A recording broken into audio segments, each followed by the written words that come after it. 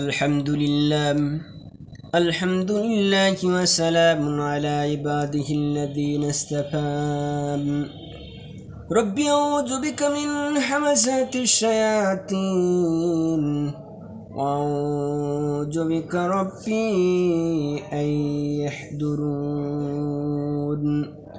পরম করুণাময় অসীম দয়ালু আল্লাহর নামে হে নবী, স্মরণ করো যখন আমি ইব্রাহিমকে এই কাবা ঘর নির্মাণের জন্য স্থান ঠিক করে দিয়েছিলাম, তখন তাকে আদেশ দিয়েছিলাম, আমার সাথে তুমি অন্য কাউকে অংশীদার করো না, শিরিক করো না। আমার এই ঘর তাদের জন্য পবিত্র রেখো যারা এতে তাওয়াফ করবে, প্রদক্ষিণ করবে, যারা এখানে সালাতের জন্য দাঁড়াবে, রুকু করবে, সিজদা করবে। তাকে আরো আদেশ দিয়েছিলাম, তুমি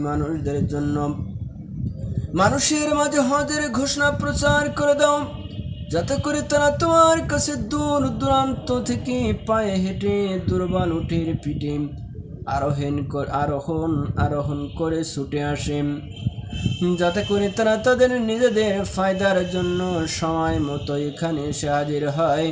নির্দিষ্ট দিন সমূহে কুরবানি করার সময় তার উপর আল্লাহ তাআলার নাম নেই, যা তিনি তোমাদের দান করেছেন চতুষ্পদ জন্তুগুলো থেকে। অতঃপর কুরবানির এই গোশত থেকে কিছু তোমরা নিজেরা খাবে, দুস্থ অভাবগ্রস্তদেরও তার কিছু অংশ দিয়ে আহার করবে।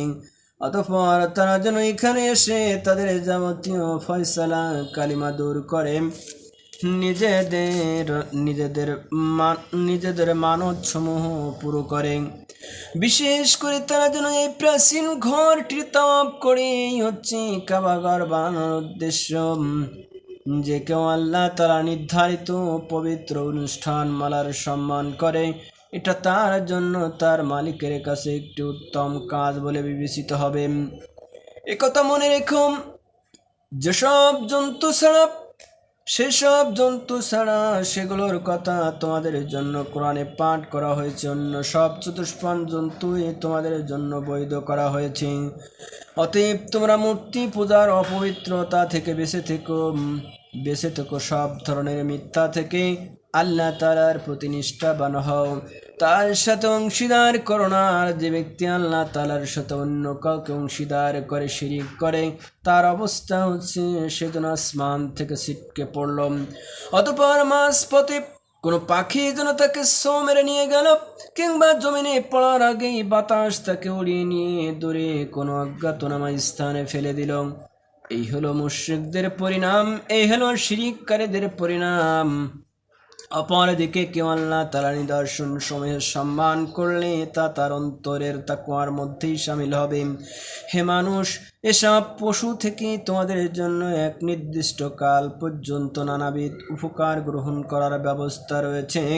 অতঃপর মনে রেখো, তাদের কুরবানির স্থান হচ্ছে প্রাচীন ঘরটির সন্নিকটে। সুবহান রাব্বিকা রাব্বিল ইজ্জাতি আম্মা ইয়াসিফুন ওয়া সালামুন আলাল মুরসালিন ওয়ালহামদুলিল্লাহি রাব্বিল আলামিন।